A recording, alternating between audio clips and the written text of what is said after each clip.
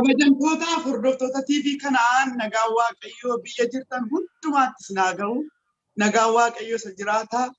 Isa Waaqaaf lafa kana uumee maqaa Yesuus Kiristoosiin hunduma keessan qaqqabuun jedha.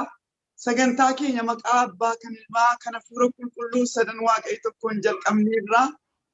Ganama kana luba gaaddisaa Oromiyaarraa Finfinneerraa qabadhee isiniif dhiyaadheera.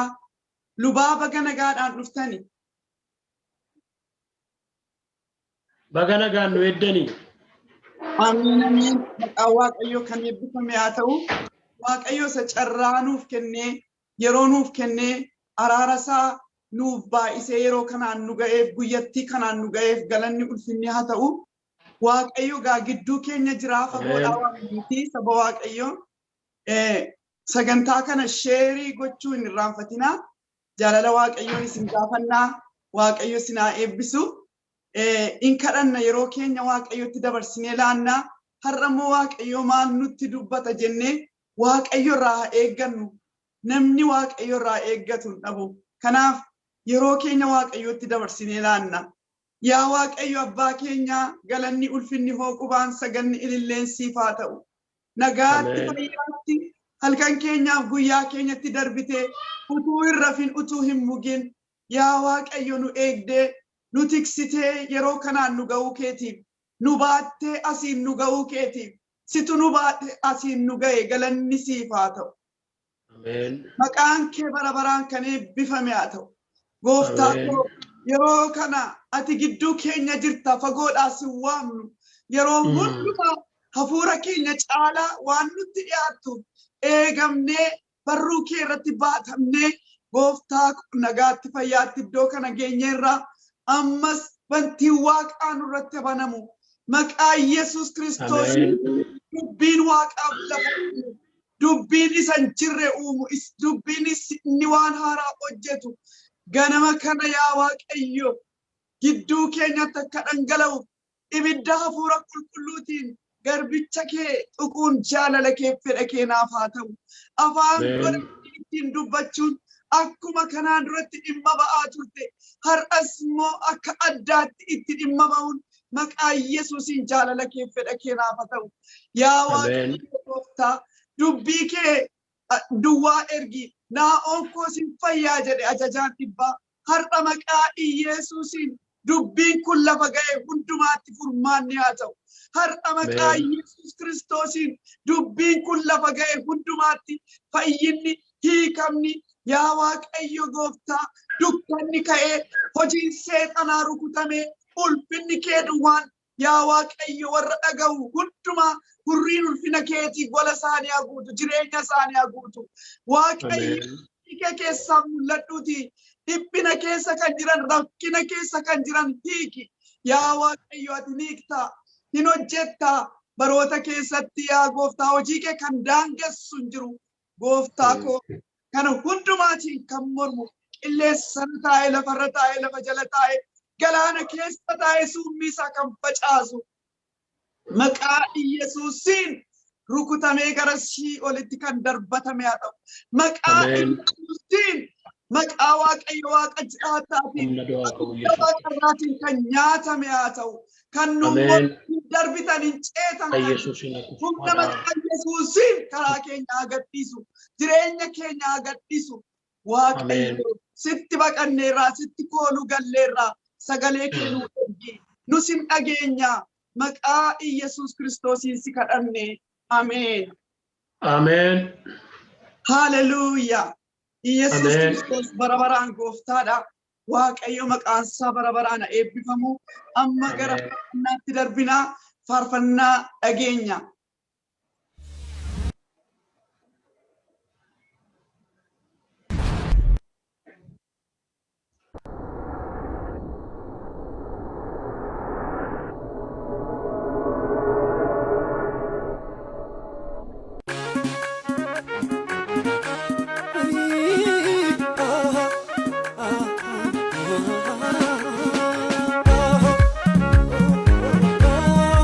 Oh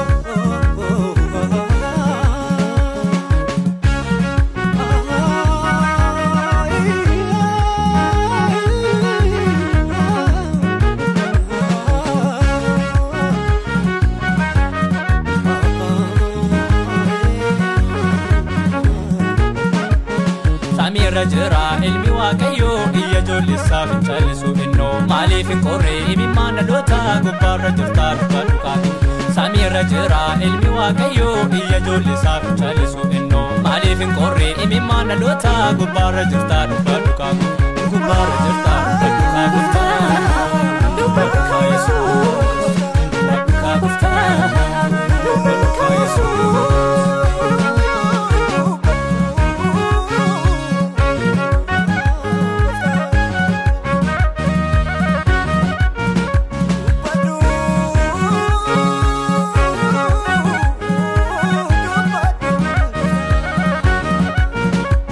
Ademe galma ko wallale dandi jurenya na jala dokate Ademe galma ko wallale dandi jurenya na jala dokate La farrat tabdiko suma nangatin Yesus ko bara hunduma La farrat tabdiko suma nangatin Yesus ko bara hunduma bara hunduma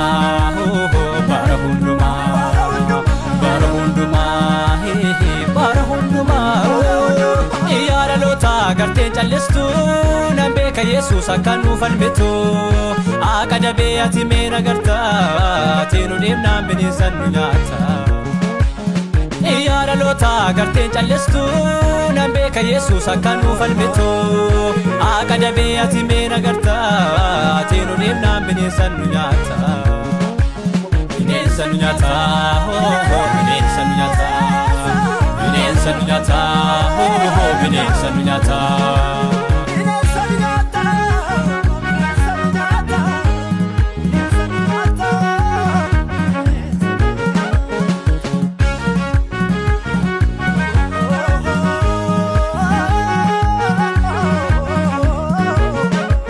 Biyyi koosiyeega hinna bejalala, imimma lola se garake ilala. Biyyi koosiyeega hinna bejalala. Imimmaan lola se garake ilala Waaqarraa yoom dhufta Yesuus si malee hin ta'u dhalootaaf Waaqarraa yoom dhufta Yesuus si malee hin ta'u dhalootaaf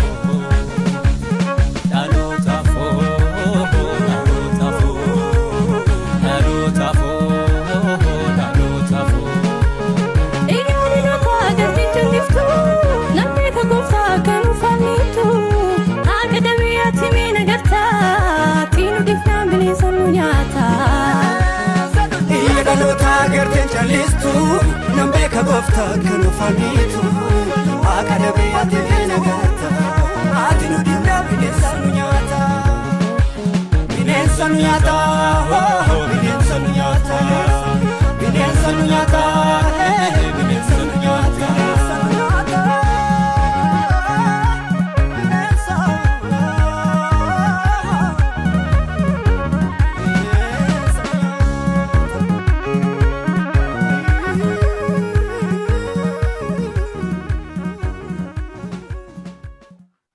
Hallelujah. Waaqayyo maqaan isaa eebbifamu faarfattoonni kuni kadhannaa guddaa faarfatanii Waaqayyo saba isaa afaan diinaatti hin dhiisu hin falmaa hin faradaa Waaqayyo waaqarraa eebba isaatiin dachaa faarfattoota kana eebbisu jechaa kallattiidhumaan gara dubbii sagalee Waaqayyootti darbinaa lubaa isiniif hafuura qulqulluuf hin gadhiisaa itti darbaa Waaqayyo isinaa eebbisu.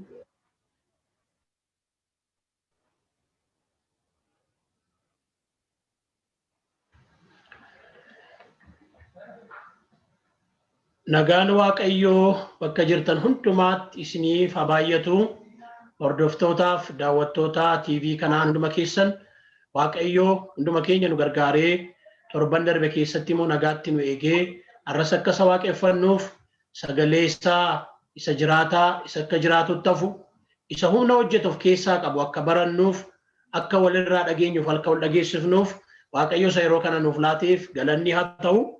Ameen. Torbanoota sadan tokko arraaf torban arfaffaa humna kadhataa waan jedhu walii wajjin barachaa jirra. Humna kadhataa tukaa kutaa tokkoffaa irratti isa ilaallee lammaffaa yommuu kadhannu waan beekuun nuuf ta'u. Yommuu kadhataaf fuula abbaa keenyaatti, fuula waaqa keenyaatti, fuula gooftaa keenyaatti, fuula uumaa keenyaatti, fuula isa hundumaa danda'utti yommuu dhiyaannu waan beekuun nuuf ta'u ilaalleerraa. Torban darbe immoo wantoota kadhannaan of keessatti qabatee jiru, waan kadhannaan of keessatti hammatee jiru, isa kanas waan hafuurri qulqulluun nu barsiise, waan macaafni qulqulluun nu barsiisu walii wajjin hirmaachaa turre. Har'a immoo torban arfaffaaf isa dhuma waa'ee kadhataa irratti kanan dubbachuu barbaadu gufuu kadhataa yookiis wantoota kadhati keenya akka hin dhaga'amne godhan isa kana walii wajjin baranna. Gufuu kadhataa yookaan immoo akka kadhannaan keenya, akka iyyi keenya, akka wawwaannaan keenya, akka wanta nun waaqayyo duratti dhiyeeffannu akka hin dhaga'amne waan godhan isa kana walii wajjin ilaalla. Kadhanni keenya akka hin dhaga'amneef wantoota gufuu ta'an waa muraasan dubbadha. Mee suutaa sagalee waaqayyo walii wajjiniin baranna. Maa'in kadhanni keenya kan dhaga'amne kan godhu, iyyi keenya kan dhaga'amne kan godhu, waaqayyo kadhata keenyaaf deebii akka inni hin laanne wanti godhu nuuf kadhata keenyaaf waaqayyo gidduu wanti garu maa'in inni tokkoffaan kadhatameera wanta ta'eef ittan fufa. Inni tokkoffaan yakka yookaan cubbuudha. Kadhatii akka hin dhaga'amne, kadhatii deebiin akka hin argamne kan godhu gufuu kadhataa inni jalqabaa obboloototaa karaa kanaan dhaggeeffachaa kan jirtan, dubbii waaqayyo kana dhagaa kan jirtan yakka, cubbuu dhokataa, cubbuu namni irratti hin dammaqne. Yakka jechuun cubbuu dhokataa, cubbuu jireenya namaa keessa taa'ee waaqayyo kadhata namaaf deebii akka hin laanne wanta godhudha. Yakki laashee kana warri barachaa jirtan, yakki cubbuu nuti qalbiitti hin jijjiirranne jireenya keenya keessa taa'ee yookaan jireenya keenya keessa kaa'annee waaqayyotti dhiyaannudha. Yakki isa kana cubbuun ituu qalbiin diddiirratiin, ituu yaada garaa keenyatti hin geeddaratiin keessa keenya kaa'annee waaqayyoo duratti dhiyaannudha. Isa kana gaa namni namarratti hin beeku. Eenyu namarratti hin beeku.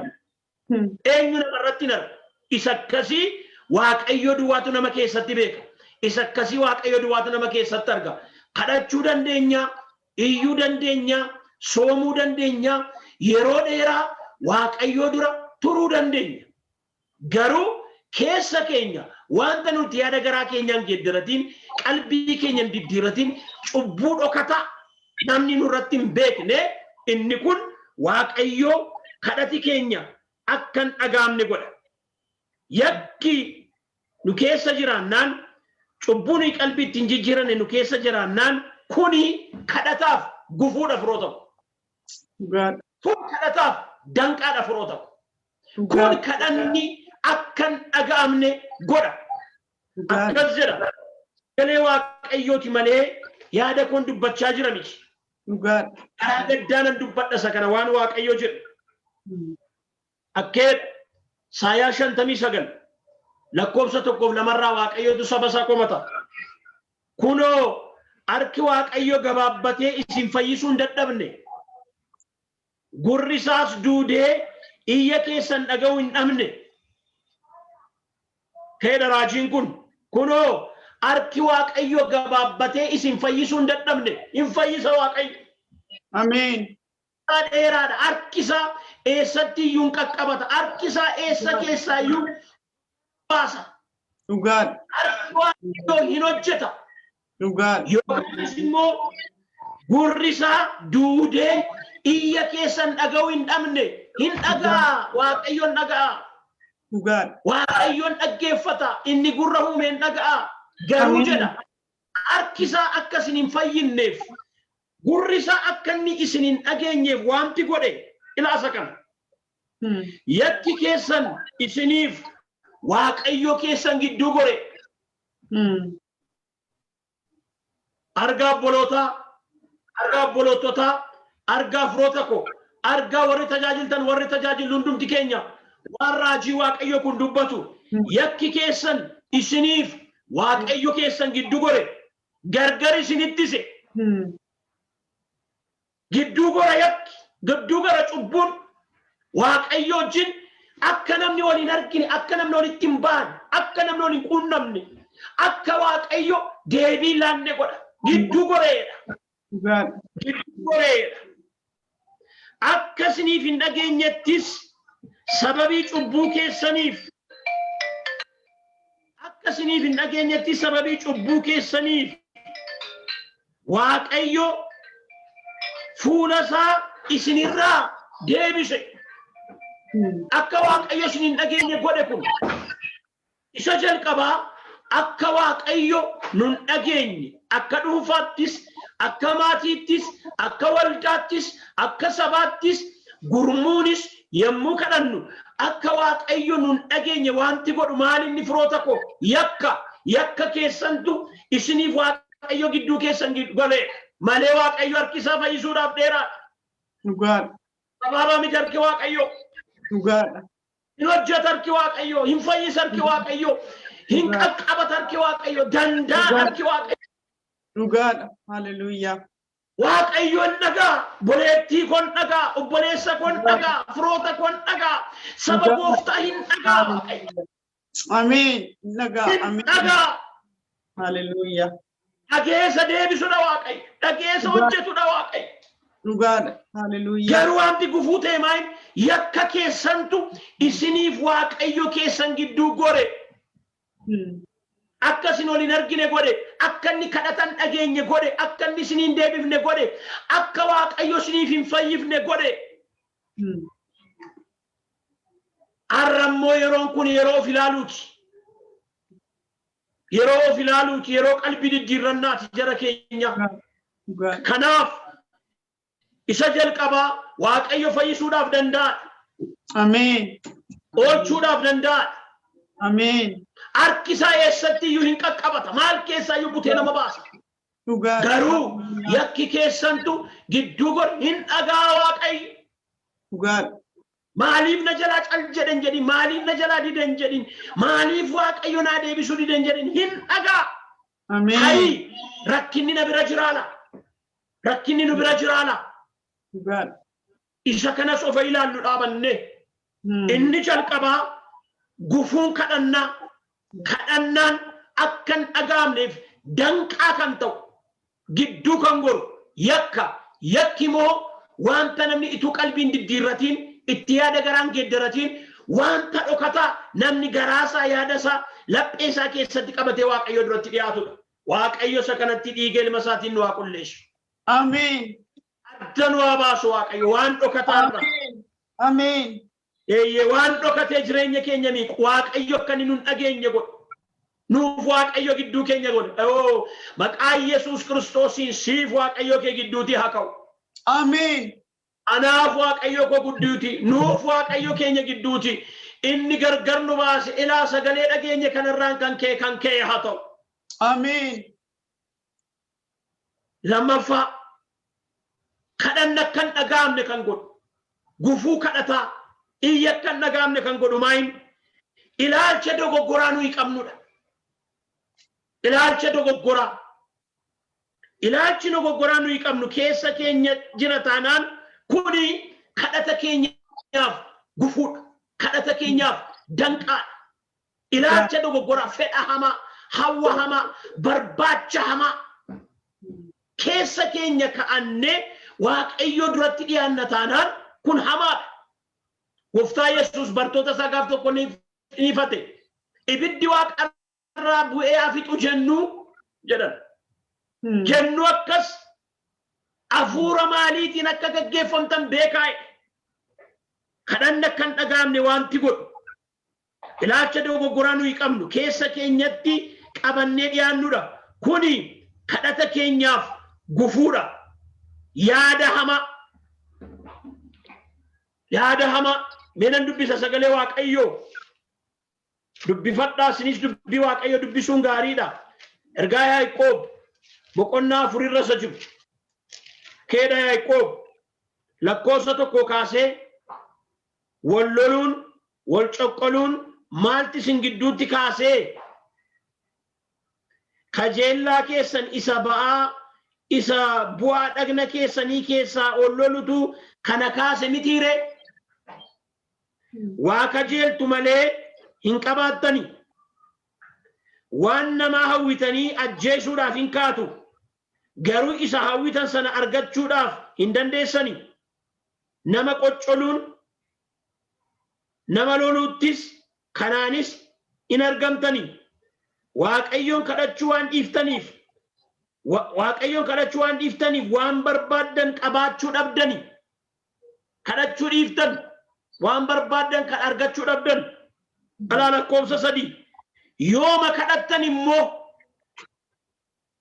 kadhattan immoo yaada hamaadhaan waan kadhattaniif hin fudhattan isin kajeellaa keessan ittiin ba'uudhaaf yaaddanii kadhattu hin kadhattan kanaaf dhabdan yooma kadhattan iyyuu yaada hamaadhaan kadhattu waaqayyo isa yaada namaa beekudha waaqayyo isa garaa namaa beekudha waaqayyo isa mootivii namaa beekudha dhugaan yaada hamaadhaan kadhattu kanaaf kadhanni yaada hamaadhaan ta'u yookaan ilaalcha dogoggoraan ta'u akka inni hin dhaga'amne godha yaada hamaa inni tokko akka baduuf inni tokko akka duuf inni tokko akka galagalu inni tokko akka buqqa'uuf kadhata hamaa akkasii waaqayyo hin dhaga'u hin kadhattan kanaaf hin fudhattan yooma kadhattan immoo yaada hamaadhaan geggeeffamtanii kadhattu jedha gufuu kadhannaa inni lammaffaan isa kana yaada hamaadhaan kadhachuu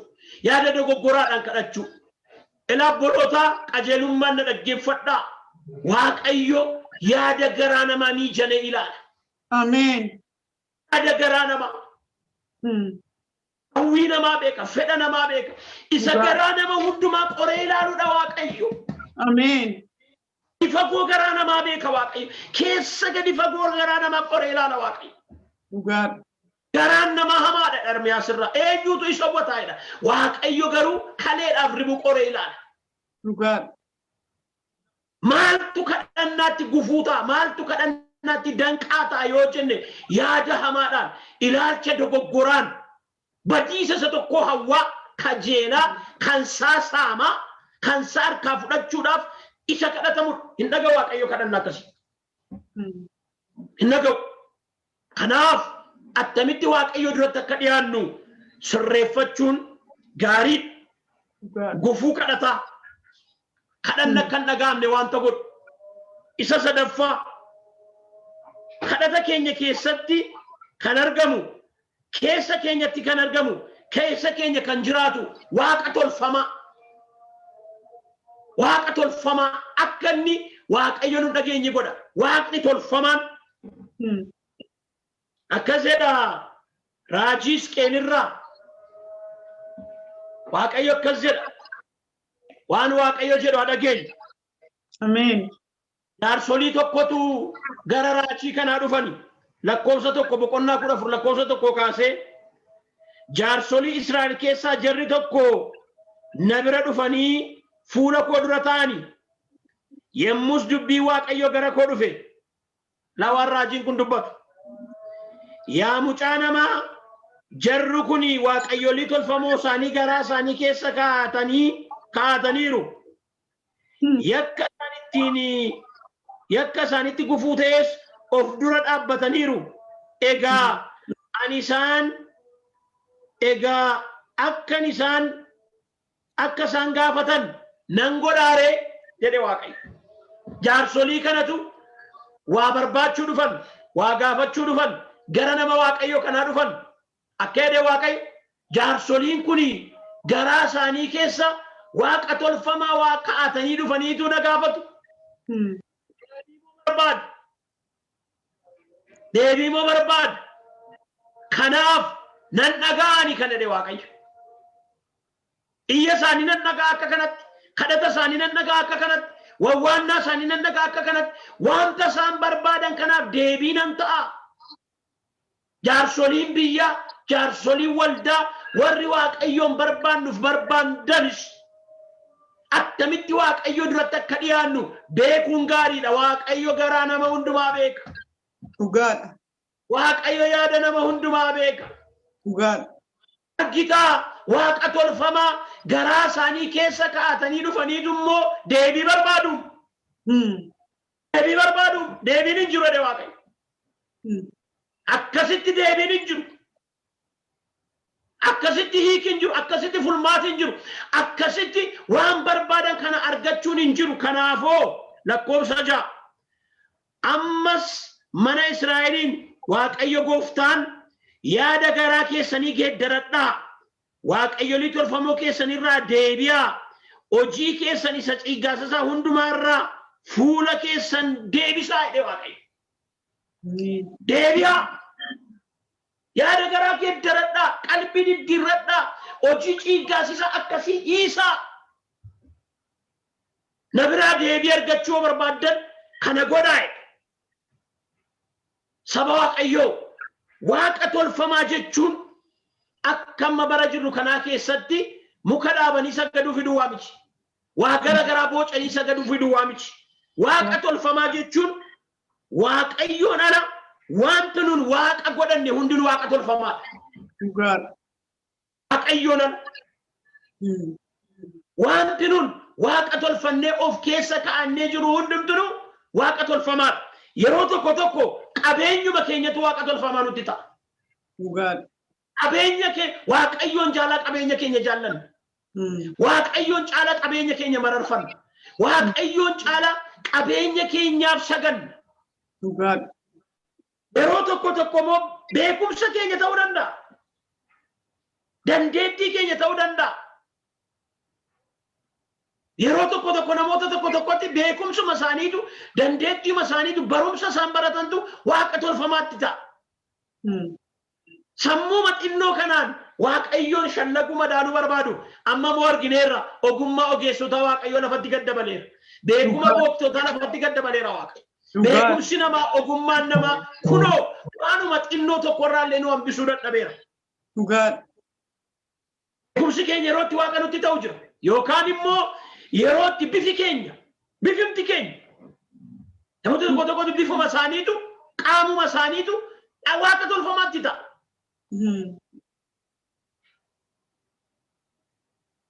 Waaqi tolfamaa jechuun waan garaa keenya keessa jiraatu.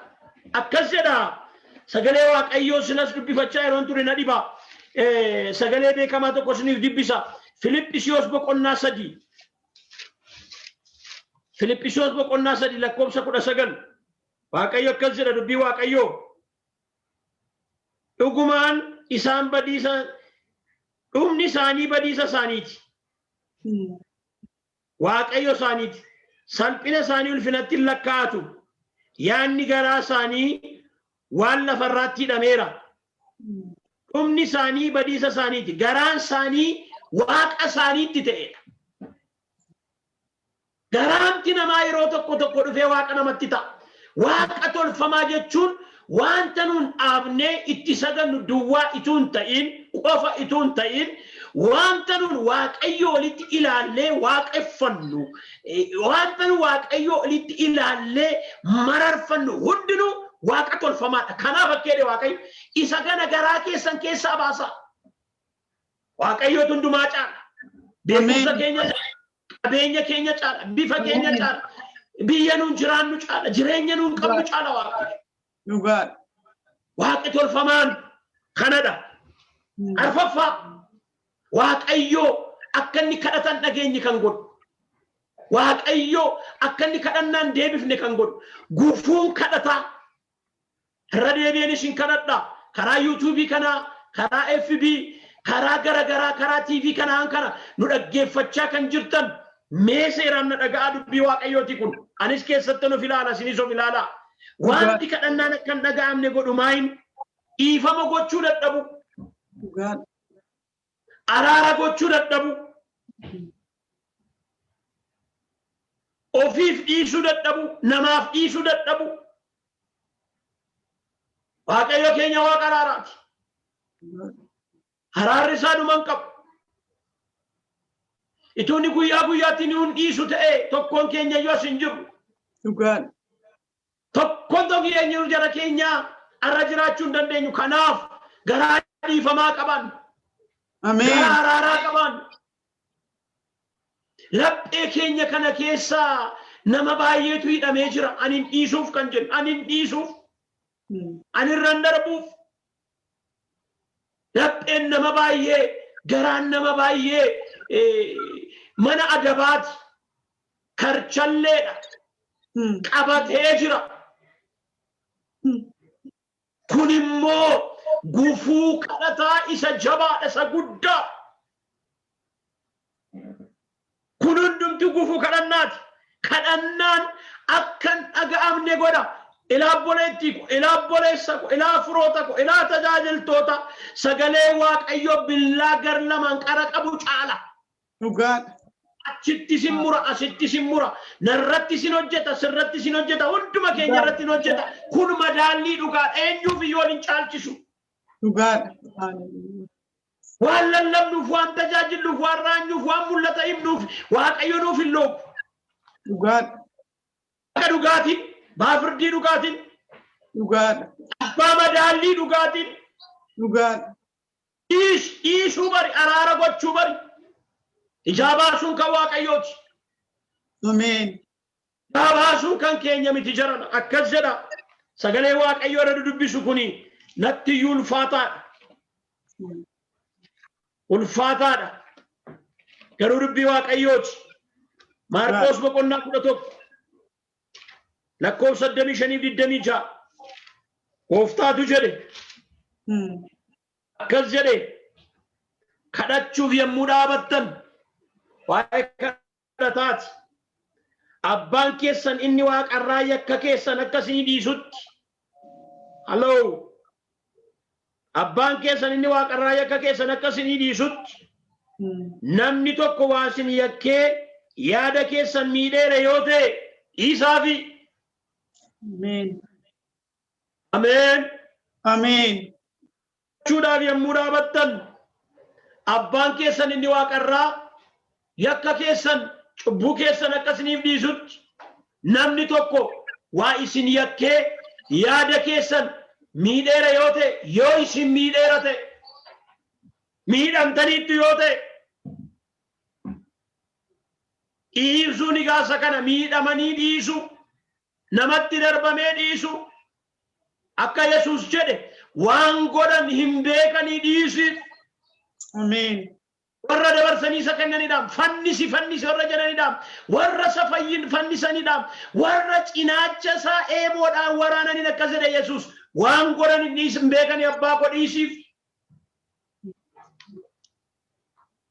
Isin yoo isaanii dhiisuudhaa baattan garuu abbaan keessan inni waaqarraa yakka keessan isiniif hin dhiisu. Macaafa qulqulluudha kun, wangeela kun, Dhugaadha. dhugaadha kun, isa lafee akkasiis nyaachuun gaariidha. Dhugaadha. Gaariidha. Yoo dhiiftan ta'e isiniif hin dhiifamu. Dhugaadha. Dhagaamu kadhannaan, deebiin qabu kadhannaan. Dhugaadha. Iyyi deebiin qabu wacuma duwwaa ta'a, iyyuma duwwaa ta'a. Xaaraa kanan darbu, duumessa kanan darbu, qilleensuma kana qofa irratti gadhiifama. Kadhannaan akka deebii argatuuf, iyyi akka deebii argatuuf jara keenya garaa dhiifamaa, garaa araaraa, garaa jaalalaa qabaachuutu nurraa eegama. Amantoonni keessumaa, tajaajiltoonni keessumaa. Macaafa qulqulluudha kun, dubbii Waaqayyooti kun, dhugaadha kun. Yesuus dhiisuudhaan mo'ate, araara gochuudhaan mo'ate, waan godhan hin beeku jechuudhaan mo'ate. Waaqayyo garaa dhiifamaa nuuf laatu. Ameen. Nuuf laatu Waaqayyo. Ameen. Namoota garaa keenya keessatti qabannee jiru nama dhibaa waa isin miidheera yoo ta'e ulfaataadha kun. Miidhamanii dhiisu. Dhugaadha. Miidhamanii dhiisu. Dhugaadha. Iddoo biraatti immoo akkas jedhama. Namni tokko yoo si miidhe jalqaba dhaqii kophaa kee haasofsiiseedha. Situ miidhamee si taasofsiisa. Inni dide nama 2-3 fudhadhu dhaqee haasa'eedha. Situ miidhamee sitummoo nama fudhatee dhaqa jaarsummaa. Isa sadaffaatti immoo akkas jedha. Waldaa kiristiyaanaatti mi'e kophaatti haasofsiisi. nama lama sadii fudhadhuu dhaqi waldaattiin yoonni kana hundumaa dideemo akka qaroxxuutti salakkaa'edha. Cimaadha waa hin dhiifama. Eenyutu dhiifama gaafatama? Miidhame eenyutu jaarsummaa baafatama? Miidhame eenyutu dhaqee waldaatti matama? Kadhanna kan dhaga'amne kan godhu inni arfaffaan dubbachuu barbaade garaa dhiifamaa qabaachuu, garaa araaraa qabaachuu dhiisuu dadhabu. Shanaffaa kufuu kadhataa kadhanna kan dhaga'amne wanti godhu abboomamuu dadhabuutti jabaachuu. Dhagaa dubbii Waaqayyoon abboomamuu dadhabuutti jabaachuu. Ilaa abboomamuu dadhabuun wanta biraa. Abboomamuu dadhabuutti immoo jabaachaa adeemuun immoo kan biraadhaan immoo. Kufuun kan biraa kufaatii keessa deddeebi'uun yookaanis dhagna godhachuun cubbuu shaakaluun jallina shaakaluun hammeenya shaakaluun mata jabinaan gara jabinaan boqu jabinaan itti deddeebi'anii gochuun immoo inni waan biraa. Namoonni tokko tokko abboomamuu dadhabuutti jabaachaa adeemu. Qooda deebi'uu, qooda yaada garaa geeddarachuu, qooda qalbii diddiirrachuu, ittuma hammaachaa, ittuma ba'aa, ittuma qarabaa adeemu. Kun kadhannaan akka deebiin arganne godha. Namatti farachiisas. Waaqayyo kanarraa nu haa fayyisu jedhan. Ameen. Cubbuu gara jabinaan hojjetan, mata jabinaan hojjetan, itti yaadaniin beekaan waan godhan irraa bara keenya ammaa kana keessa kanatu baay'ata. Yeroo keenya ammaa kana keessa kanatu baay'ata. Beekanii balleessu. Ituma beekanii tajaajiltoota biratti, amantoota biratti, hunduma keenya biratti kanatu baay'ata. Daawit garuu waan akkasiirraa qalbii diddiirrata. Mee macaafa faarfannaa boqonnaa 19 nan dubbisa. Akkas jedha lakkoofsa 12 kaasee wanta ituun beekin irraa kaatanii eenyutu hubachuu danda'a ree jedha. Ituun beekin irraa kaachuun kan biraadha. Taa isa nadaraa dhokate kana anatti hin ilaalin. Ameen.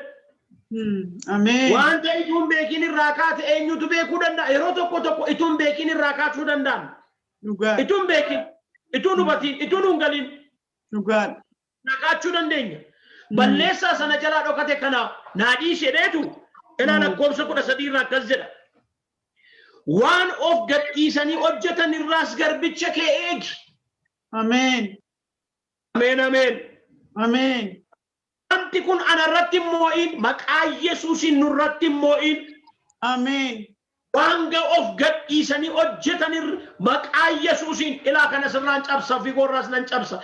Maqaa Yesuusin inni kun sirratti moo'in gara jabinaan mata jabinaan of gadhiisuudhaan waan hojjetan. Yoos ani irrinan argamu xurii cubbuu hundumaarraas nan ola. Ameen. Kadhanni akkan dhaga'amne kan godhu abboomamuu dadhabuutti jabaachuu qara ba'aa deemu irran deebi'a. Abboomamuu dadhabuun kan biraa, abboomamuu dadhabuutti jabaacha adeemuun immoo kan biraadha. Hadeebinu jiran.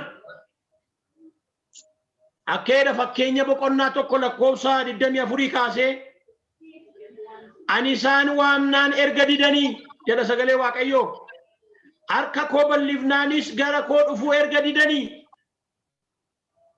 isaan gorsa koo hundumaa hin tuffatanii ifata koos erga abboomamne hin didan.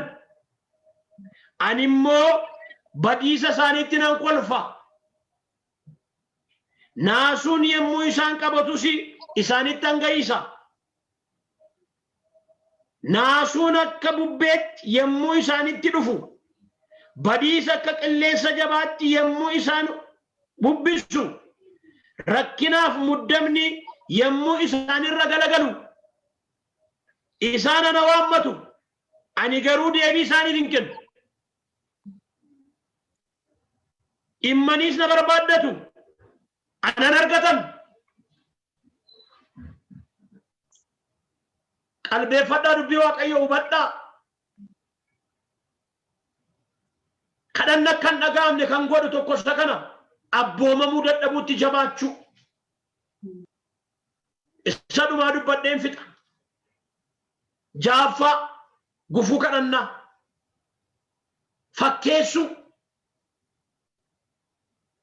fakkeessu harsa gara gara hinniyeessu garuu abboomaman qalma gara gara hinniyeessu garuu abboomaman waa gara garaan godhu garuu abboomamuun keessan jiru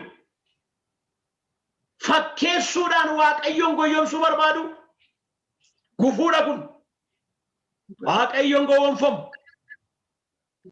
beekaadha ከዘደ ገላትያራ እግዚአብሔር አይዘበትበትም ሰው የዘራውን ያንኑን ያጭዳል ዋቀዮን ጎዮንፈም አንዋኑ መፈጫ ሲያመጣ ጎንፈም አይዘበትበትም ወገኖቼ ሰው የዘራውን ነው የሚያጭደው ናምኒዋኑ መፈጫ ሲያም وانجيلا كن وقال لنا فجأة كجيل ما نيجين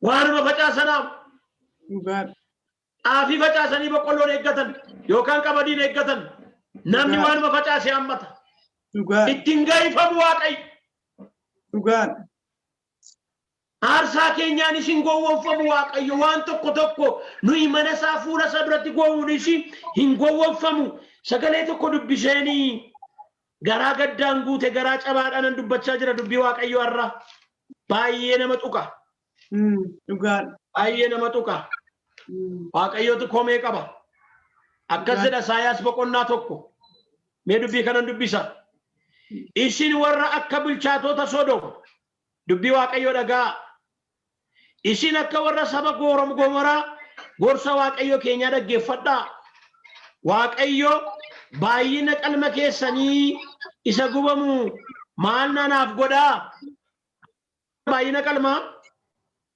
ani aarsaa karbeessa horaaf moora horaa coccomu quufeera akkasuma immoo dhiiga tuntunnoo dhiiga ilmoo horaa fi dhiiga ilmoo roottii keessaniitti hin gammadu isin ana duratti yemmuu dhiyaattan obdii ko akka dhidhiitan eenyutu isiniif eeyyame kennaa waa'een baafne deebitanii fiddanii ani aarsaa ixaana keessanii ciiggeera baatii aaraaf sanbata walga'ii keessanis jallinaaf walitti qabamuu keessan ani obsuu hin danda'u ayyaana baatii aaraa keessanii fi ayyaana keessan warra bebbeekamoo annan jibbe isin ba'anatti ta'aniiru isaan ba'anatti ta'aniiru asin an isaan baachuu dadhabeera yemmus isin harka keessan gara koot ol bolliftanii hin kadhattu ani immoo gara keessan hin ilaalu harka keessan keessa dhiigi waan guuteef kadhata yoo baay'iftan iyyuu ani isiniif hin dhaga'u iqadhaa of qulleessaa hojii keessan isa hamaa ija koo duraa balleessaa hamaa gochuu dhiisaa fakkeessaa goyyomsaa haarsaadhaan isa isin iddoo aarsaa koo xureessitan hin dhaga'an yooma isin kadhata baay'iftan iyyuu guyyaa 10 kadhadhaa 40 kadhadhaa 100 kadhadhaa baay'ina kadhataa miti waaqayyo waaqa garaati dhugaan waaqayyo waaqa garaati kadhannaatti gufuu kan ta'u obboloototaa ana dabalatee hunduma keenya isa kana tokkoffaa yakka lammaffaa ilaalcha dogoggoraa yaada hamaa nuuf keessa kaa'annee jirrudha sadaffaa waaqa tolfamaadha arfaffaa dhiifama gochuu araara gochuu dadhabuudha shanaffaa abboomamuu dadhabuutti jabaachuudha ja'affaa fakkeessuudha. Kanarraa dabaanee Waaqayyo duratti akka dhiyaannuuf Waaqayyo ayyaana isaa hunduma keenyaaf haa baay'isu. Keessa jiraannaan Waaqayyo kadhannaan dhaga'u. Yeroo hundumaa wantoota kadhati keenya akkan dhaga'amne godhan kanarraa adda baanee Waaqayyo sana kadhadhaa isiniifan dhagaa barbaadaan argattu balbala rukutaa isiniif hin banamaasa jedhetti akka dhiyaannuuf Waaqayyo hunduma keenya lafa jirutti ni waa gargaaru. Ameen. Kadhatatti jabaadhaa akka dubbii isaatti hajabaannu kadhadhaa bara kana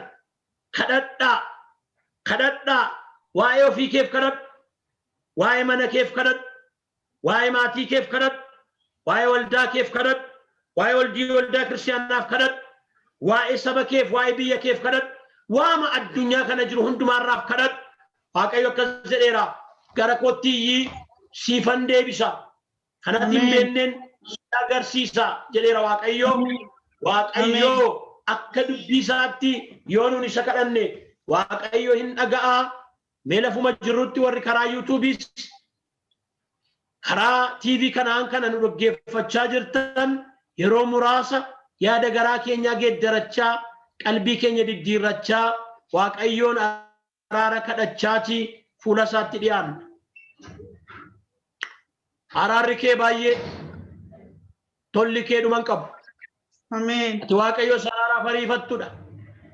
Ati Waaqayyo sadeekkamsa jettudha. Ameen. Yeroo hundumaa akkas jetta.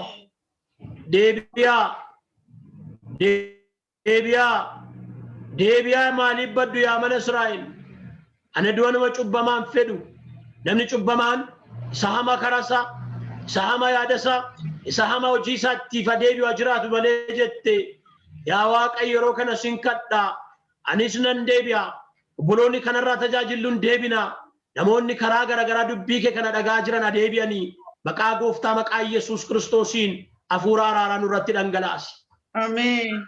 Hafuura dhiifamaa nurratti dhangalaasi. Ameen. Araara nu godhi yaa Waaqa. Ameen. Tajaajiltootaaf araara godhi. Ameen. Amantootaaf araara godhi. Ameen. Saba keenyaaf araara godhi. Ameen. Biyya keenyaaf araara godhi. Ameen. Addunyaa maraaf araara godhi. Ameen. Badiisa keenyatti teessee ilaalteen kolfiin. Hin kolfiin yaa gooftaa. Hin kolfiin teessee ilaalteen kolfiin. Wanti kadhati keenya akka dhagaamne godhe gufuun kadhannaa. Maqaa gooftaa maqaa Yesuusiin yakki kun nurraa nuufsi gidduuti kan kee haa ta'u. Ameen. Araaraan nu yaada. Ameen. Buleettii kanatti araarami. Ameen. Buleessa kanatti araarami. Ameen. Garbicha kee garbittii kee kanatti araarami. Ameen. Anatti araarami. Ameen. Nu maari yaa Waaqa. Ameen. Nu maari. Ameen. Nu maari yaa Waaqa. Ameen. Nu maari yaa'uma keenya nu gargaari. Nu maari yaa'uma keenya nu gargaari. Nu maari yaa'uma keenya nu gargaari. Nu maari yaa'uma keenya nu gargaari. Yaa gooftaa maaliif nu gattaa? Maaliifis nutti dheekkamtaa? Kan gaabbeetti araaramtaa yaa'uma keenya nu gargaari. Nu maari yaa'uma keenya nu gargaari. Yaa gooftaa Yesuus fayyisaa hafuura kee nuuf ergikaa. Kennaan hundinuu si harkaa yaa'uma keenya nu gargaari. Nu maari yaa'uma keenya nu gargaari. Nu maari yaa'uma keenya nu gargaari. Nu maari yaa'uma keenya nu gargaari. Yaa Waaqayyo abbaa nu maari. Ameen. Yaa Waaqayyo ilmaa nu maari. Ameen. Yaa Waaqayyo hafuura qulqulluu nu maari. Ameen. Hin deebisi. Ameen. Hin fayyinaa nu fayyisi. Ameen. Garaa dhagaa nu keessaa baasi. Garaa haaraa nuuf uumi. Ameen. Yaa Waaqayyo dheekkamsa kennu hin balleessin. Rukuttaa kennu hin balleessin. Adaba kennu hin balleessin. Dheecha kennu hin balleessin. dhukkuba kanaan haxooftee lafarraa nun balleessiin yaa gooftaa siyaasa keenya fayyisi addunyaa keenya fayyisi biyya lafaa kana fayyisi gurguddoota keenyaaf araara godhi beektota keenyaaf araara godhi warra biyya hooggananiif araara godhi warra waldaa geggeessaniif araara godhi jaarsoliidhaaf araara godhi warra yakka garaa isaanii keessa kaa'atanii sitti dhiyaataniif araara godhi yaa Waaqayyo araaraan waaqarraati nu yaadadhu. Ameen. Nun dhiisin. Ameen. Ilma kee Yesuus isa mirga kee dhaabatee jiru. Isa waa'ee keenyaaf dubbatu. Abukaattoo dhugaa isa ta'e Yesuus Kiristoosiif jedhee araara nuuf godhi. Ameen. Alaammamoo isin irrattan dubbadha warra fedha keessan ta'e hawwa keessan ta'e lubni akkasa jedhu jarmeera. Caamni qulqulluun abboomeera. Maqaa gooftaa maqaa Yesuusiin araarri isiniif haa ta'u. Ameen. Hiikamni isiniif haa ta'u. Ameen. Wanti siif Waaqayyoo kee gidduu gore dhiiga ilma Yesuus Kiristoos ilma Waaqayyoo Yesuus Kiristoosiin yeroo kanaa kaasee kan ka'e haa ta'u. Ameen. Hiikami. Hiikami. Ameen. Hiikami. Ameen. Hiikami araarri siif haa ta'u. Ameen. Dhiifamuu cubbuun siif haa ta'u. Ameen. Gara araaraa garaa dhiifamaa nuuf uumi. Ameen. Yaa Waaqayyo namoota nu yakkaniif dhiifuu akka dandeenyus nuunis nu gargaari. Ameen. Addunyaa kanaaf araara godhi biyya lafaaf araara godhi warra si beekaniif warra si hin beekneef araara godhi warra mana kee keessa teenyee yaa gooftaa mataa jabaanne garaa jabaanne hundumaaf araara nuuf godhi naaf obboloota koof araara nuuf godhi cubbuu namni of gadhiisee hojjetu irraa immoo ati nuuf eegi yaa Waaqayyo cubbuu isaa kan himate kan dhiise araara argata jedha sagaleen kee moo galanni siif haa ta'u. Ameen. Warra deebi'an ittiin deebita. Warra qalbii diddiirrataniif ati hin dhiifta. Ameen. Warra ofitti quba qabaniif yaa Waaqayyo ati araara hin goota. Haaleluyyaa. Araara gootaati. Dhugaadha. Araara gootaati gooftaa. Dhugaadha. Araarri kee bal'aadha. Galanni siif haa ta'u. Ameen. Hafuura kadhataa, hafuura araaraa nurratti dhangalaasi. Hojiin kun nuuf qajeelu. Namoota karaa kana galanii kadhata barbaadan hundumaaf kadhati garaa isaanii si biraa deebii haa argatu.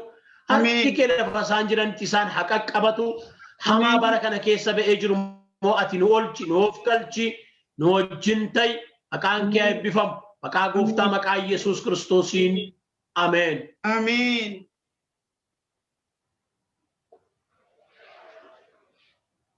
Ameen. Ameen. Lubaa Waaqayyo waaqarraa eebba isaa sadhuma hin qabneen. Bantii waaqaa banee dachaa jireenya keessan bara keessan gaa'ela keessan hidda dhaloota keessan yaa eebbisu eebbifamaa eebbaaf ta'a. Dhalli dhala keessanii hiddi dhaloota keessanii ayyaana kanaan dibata kanaan haguutamanii Waaqayyo ammayyuu isin haa dhaabu humna isaa ayyaana isaa dachaa isin irratti dabalu mul'ata isaa dibata isaa dachaa isin irratti haa dabalu. Inni afaan godhatee isiniin dubbate kun bara keessan hundumaa dhimma isinitti haa ba'u waan jettaniin dhabinaa Waaqayyo waaqarraa dachaa eebba isaa isin irratti dhangalaasuu eebbaaf ta'an jedha. Haleluuyaa. Saba Ameen. Isinis eebbifamaa eebbaaf ta'a. Ameen. Waaqayyo isin haa eebbisu nu waliin kan turtanii dubbiin sagalee Waaqayyoo gara Waaqayyootti akka deebinuuf kadhannaa keenya dura kan dhaabbatu hundumaa kaafnee Waaqayyoon araara gaafannee Waaqayyo akka nutti araaramuuf nu kadhataniiru lubii dubbii kana isa dhageenye kanatti qabamnee jireenya keenya of ilaallee dhaabbii keenya adeemsa keenya akka geeddarannu dubbii kanaanii Waaqayyo nutti dubbateera. Kanaaf dubbiin Waaqayyoo immoo humna hojjetu of keessaa qaba jedha. Kanaaf dubbiin kun dhugaadha waan ta'eef amantiidhaan dubbii kana fudhannee qalbii diddiirrannee waan Waaqayyo nurraa barbaadu hundumaatiin akka dhaabbannu Waaqayyo nu haa gargaaru. Waaqayyo sin haa gargaaruun jedha. Waaqayyoof galanna ta'u Waaqayyo gaanutti dubbateera. Yeroo kana faarfannaa kanaan nagaa isinitti dhaamnaa yeroo eebbaa qabaadhaa.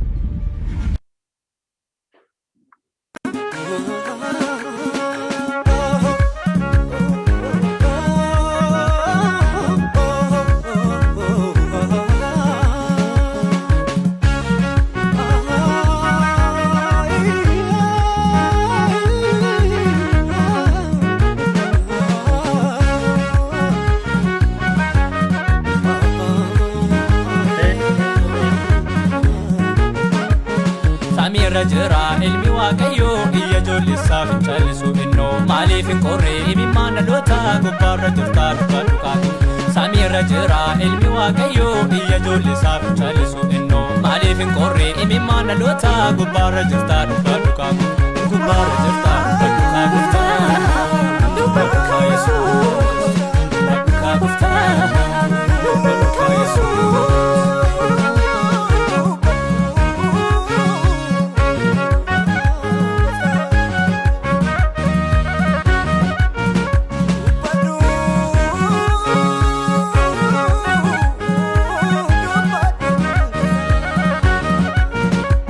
Ademe galma ko wallale dandi jirenya na jala dokate Ademe galma ko wallale dandi jirenya na jala dokate La farra tabdiko suma nangatin Jesus ko bara hunduma La farra tabdiko suma nangatin Jesus ko bara hunduma bara hunduma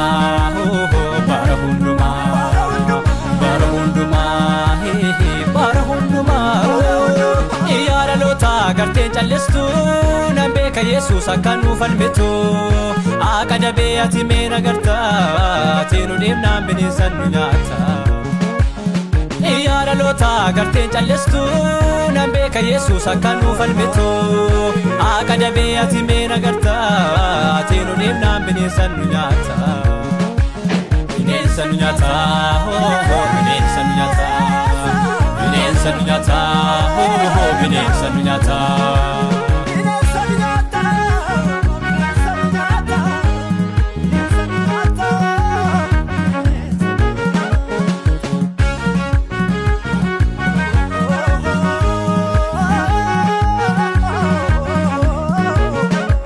biyyi koo si eegaa hin dhabe jaalala imimmaan lolaasee gara kee ilaala biyyi koo si eegaa hin dhabe jaalala imimmaan lolaasee gara kee ilaala waaqarraa yoom dhuftaa Yesuus si malee hin ta'u dhalootaaf waaqarraa yoom dhuftaa Yesuus si malee hin ta'u dhalootaaf